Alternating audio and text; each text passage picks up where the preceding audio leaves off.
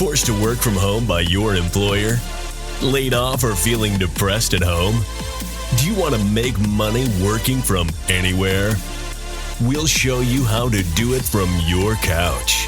It's time for another episode of the Work From Home Show. Coming to you from their homes in Austin, Texas and Tampa, Florida, here are your hosts, Adam and Naresh. Hey everybody, welcome to the Work From Home Show. Shout out to all our homies, homeboys, homegirls, home trans, all the work from homers out there.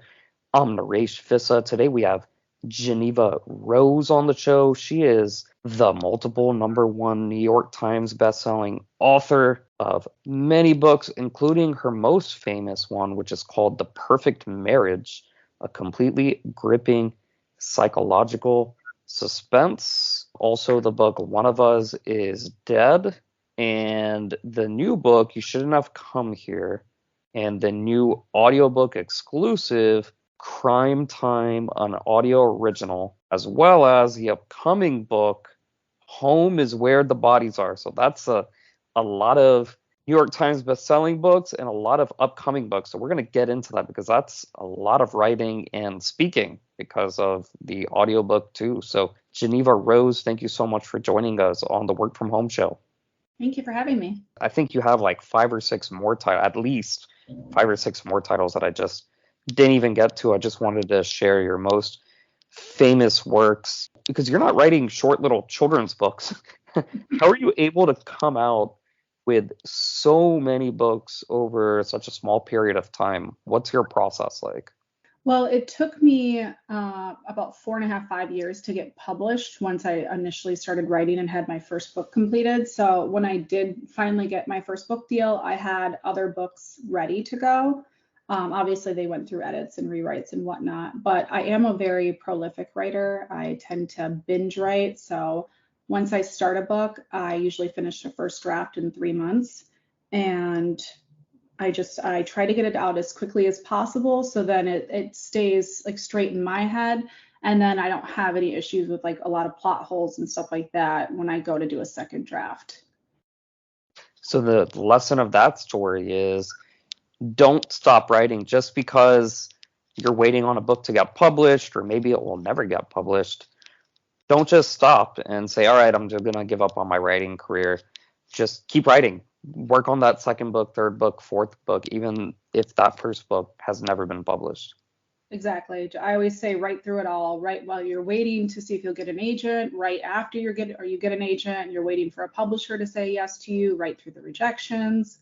Write while you're prepping for one book to release. Keep writing. Absolutely. So let's talk about that first published work. You said it took you, I believe, up to 5 years to get that published. Can you walk us through how you got published? Did you get an agent? Did you submit the manuscript to a bunch of agents or directly to the publishing houses? So the first book I wrote was actually a women's fiction novel.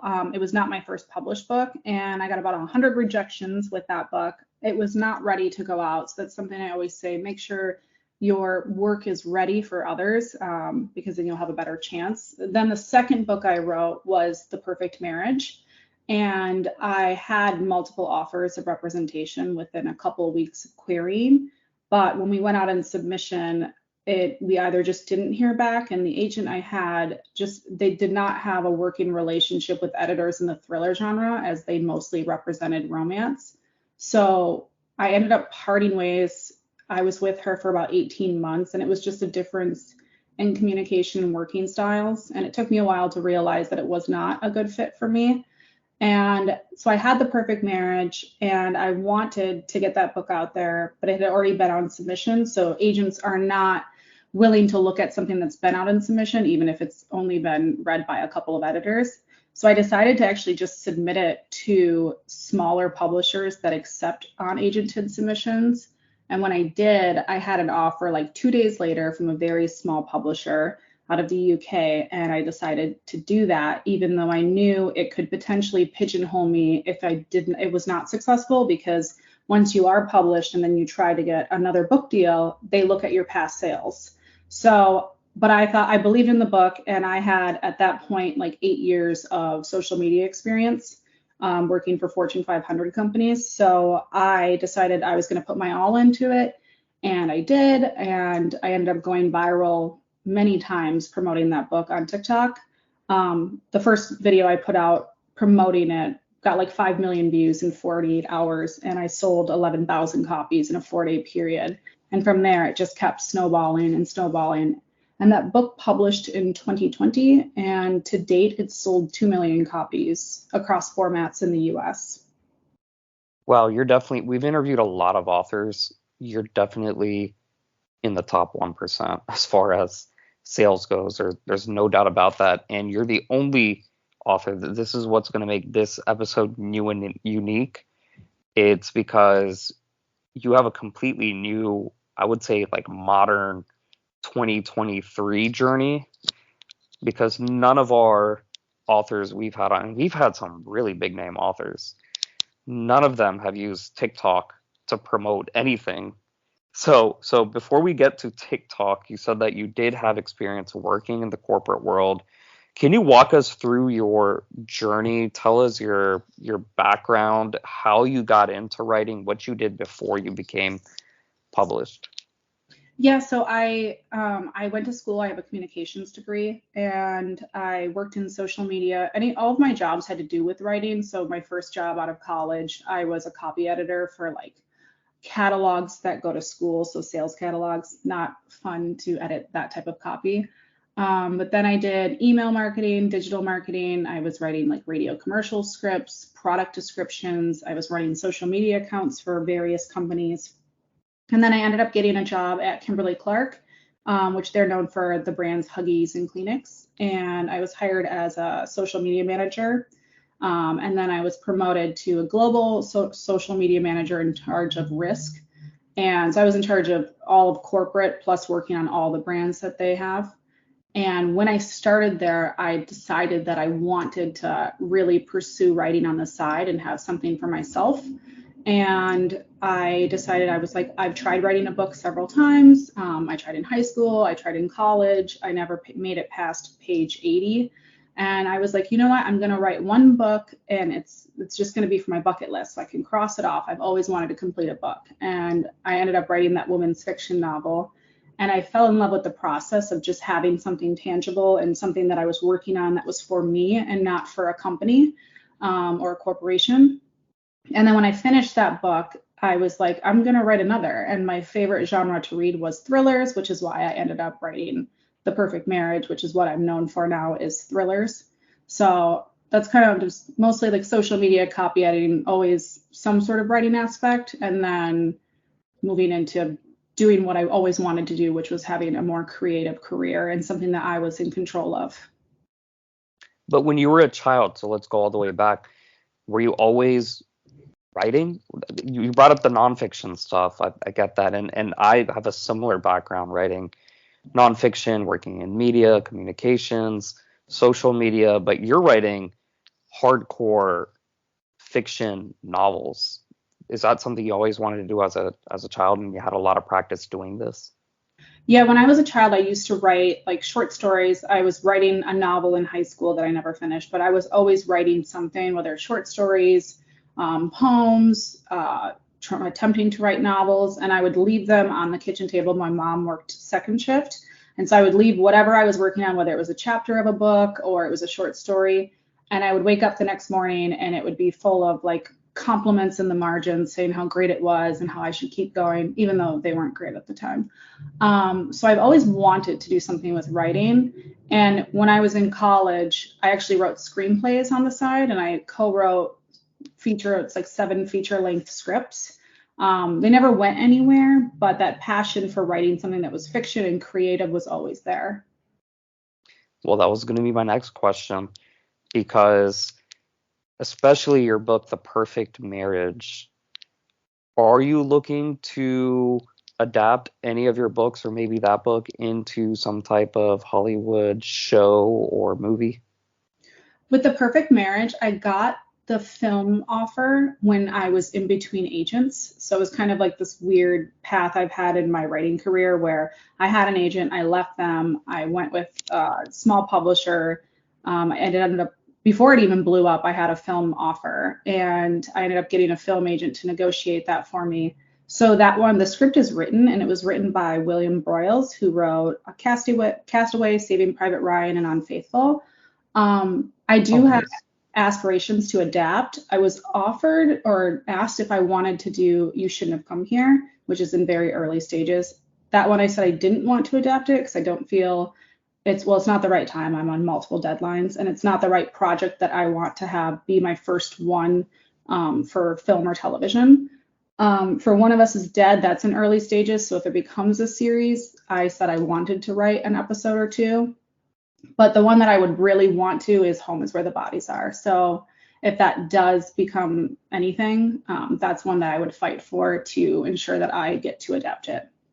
But Perfect Marriage, the rights have been sold. It is going to be out. Yes, the script's been written. There's a director attached to it.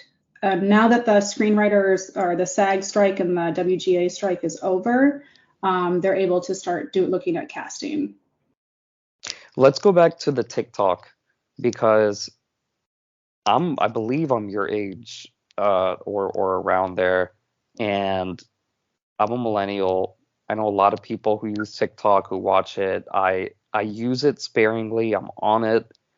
And I'm somebody who does have a background in social media, and I still don't really understand TikTok. And I'm meeting more and more people younger than me, even older than me, who use TikTok and who are now like TikTok famous. Like they're getting 100,000 views plus for every video that they come out with.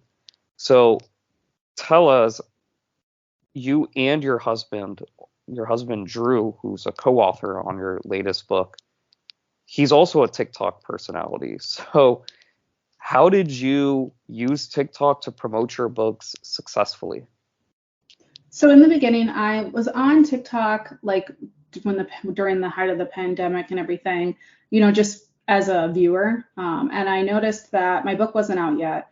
And I noticed that everyone always said, oh, TikTok's just is teenagers dancing, which there was some, if that's your algorithm, okay. But I was seeing so much more on there. I was learning cooking hacks. I was getting TV show recommendations, movie recommendations, and I saw that as a possibility to be able to reach new readers. So I started, when my book released, I started making TikToks to promote my book. I started this trend on Book Talk, is what they call it, where you tell the story of as though you're the protagonist in your book, and then at the end you show that it's actually a book. So, and that book was for The Perfect Marriage, and it was, I'm a defense attorney. I just found out my husband was having an affair, and now he's been accused of murdering his mistress. So I'm going to defend him, because when I said till death do us part, I meant it. And then I show the book and be like, oh, that's actually the plot of my book. And that's the one that ended up going really viral. It was like 5 million views. And well, there was a little bit of a hiccup because some people did not watch the last 3 seconds of the 30-second video. And they were like, started commenting on my other videos. And they were like, wait, are you still with your husband? Is he out on bail? So there was a little mix up there where some people thought it was my real life, but the majority of people understood it and loved it. I was a little bit worried that I'd get some backlash because if people felt like I was lying to them, but they loved it. They were like, this is how books should be pitched now. And I continued to make more content promoting my work. But then I got to the point where I'm like, okay, no one wants to watch the commercials, but they'll watch the commercials if the show is good. So I can't just be trying to make every single video about my books and promoting that. So I started opening it up and sharing more of my life, funny stories. My husband does like movie reactions on there. And so it makes like this nice breadth of content that isn't just about my work. It's about my life and what it's like, or what my life as an author, my life with my husband, my life with my dog. So that's what's made, I think, how I've been able to grow my following to over 700,000 followers is people feel like they can really connect with me. And I think that's really amazing as an author, being able to connect with my readers. So when I have like events and they come there and they know all these little inside jokes from my TikTok videos or my Instagram reels. And I think it's made a stronger bond between me and my readership. I'm going to follow you on TikTok. What's your TikTok username so our listeners can follow you also?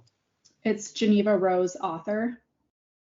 Geneva Rose Author. And Geneva spelled Jeneva, not Gen, but Jeneva.